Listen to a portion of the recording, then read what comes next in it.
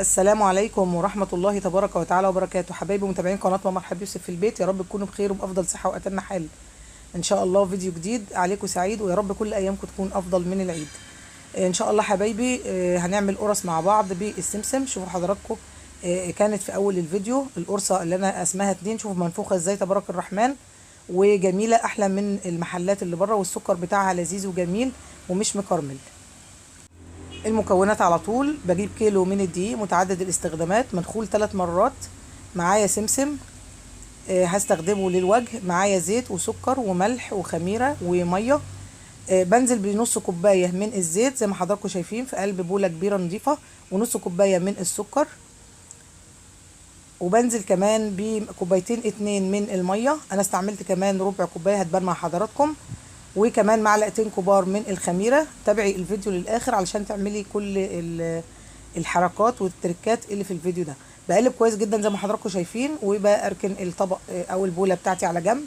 بجيب الكيلو دقيق بنزل عليه بنص معلقة صغيرة من الملح، وبقلب كويس جدا زي ما حضراتكم شايفين، وببدأ ان انا انزل بالمعلقة على الخليط بتاعي وبقلب كويس جدا. العجن ده خد معايا حوالي تلت ساعة علشان تطلع بالنتيجة الكويسة اللي قدام حضراتكم. لازم تعجني حوالي تلت ساعة. وبقلب كويس بالمعلقة، وبعد كده بقلب بايديا. انا هحتاج كمان نص كوباية، ربع كوباية من المية، كمان ربع كوباية من المية. حضراتكم هتبان مع حضراتكم دلوقتي. بالنسبة للتسوية، انا حطيت القرص بتاعتي في اعلى رف في الفرن وعلى درجة حرارة 180. في الاول حطيتها تحت خالص، كمان استخدمت ربع كوبايه من الميه اهو زي ما قلت لحضراتكم، وبدات اعجن فيها تلت ساعه كامله علشان خاطر العجينه تطلع ملساء زي ما حضراتكم هتشوفوا. ما تحطيش القرص في الرف التحتاني خالص علشان ما تتلهفش منك. انا باكد، شوفوا طلعت ملساء ازاي حبايبي تبارك الرحمن. بسيبها تخمر حوالي نص ساعه، وببدا بعد كده في هوري لحضراتكم المكونات بعد كده. ده سمسم علشان خاطر الوجه. بنزل بيه كوبايه من السكر الحبيبات، وعليها كمان معلقتين كبار من الدقيق.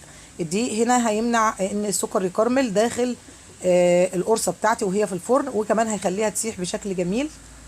هجيب معايا كوبايه، نص كوبايه من الميه، ومعلقتين كبار من السكر، وهدوبهم دول علشان خاطر هغمس فيهم القرصه بتاعتي، وبعدين احطها في السمسم. ممكن حضرتك تستخدمي بديل الميه نص كوبايه من اللبن، وعليها معلقتين السكر برده، مفيش اي مشكله. دي المكونات بتاعتنا اهيت، انا كاتباها لكم في صندوق الوصف. دلوقتي ببدا ان انا حبايب قلبي امسح بمسحه صغيره جدا على سطح العمل بتاعي او طبق بلاستيك زي ما حضراتكم شايفين، وهبدا ان انا اقطع العجينه بتاعتي. شوفوا ملساء ازاي تبارك الرحمن. اللي وصل لحد هنا يعمل لي لايك، وما ينسانيش في الاشتراك واللايك والشير لو حضرتك جديده في القناه ان شاء الله. ببدا اعملها الحجم اللي انت عايزاه، ده بتاعك انت، الحجم ده بتاعك انت. انا عملت الحجم هنا اكبر من الليمونه شويه، او قد البيضه. عملت الحجم بتاعي قد البيضه. ممكن حضرتك تصغري عن كده تبقى ميني قرص بالسمسم، وممكن تكبري عن كده، دي حاجه بتاعت حضرتك. زي ما حضرتك شايفه كده. بحط القفله بتاعتي من تحت اهيت. تبارك الرحمن عملوا 42 قرصه بالتمام والكمال، كانوا طعمهم زي الفل. يا رب تعملوها وتتهنوا بيها ان شاء الله. بغطيها حوالي 5 دقايق بس ترتاح، وبعد كده نشوف هنعمل ايه. طبعا انا مسحت الارضيه هنا بمنديل مبلل بالزيت، وببدا اجيب القرصه بتاعتي اللي انا بدات بيها في الاول، اعرفها وابدا افردها زي ما حضراتكم شفتوا كده. اضغطي على الطروف، رفعيها علشان ما تبقاش تخينه معاكي من النص. يعني ما تضغطيش في النص اكتر، الضغط يكون اكتر في الطروف. بجيب معلقه صغيره من الخليط بتاعي بتاع السكر والدقيق، وببدا ان انا اعمل بقجه كده صغيره زي ما حضراتكم شايفين، وبظبطها، وبخلي القفله بتاعتها في الصاج تبقى من تحت. طبعا انا مسحت الصاج بمسحه من الزيت، لكن هي يظهر ما ظهرتش مع حضراتكم هنا اهو يا حبايب قلبي. وكمان بعمل واحده كمان اهيت، بضغط عليها من الطروف اكتر علشان وانا بلم البقجه ما تعملش معايا عجينه من النص وما تستويش.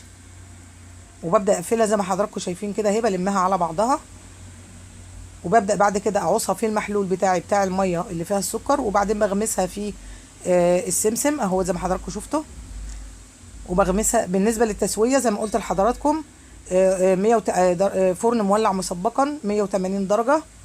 الرف الاعلى رف خالص في الفرن، ما تحطيش في الرف التحتاني علشان خاطر ما تتلهفش منك زي ما حصل معايا في الاول.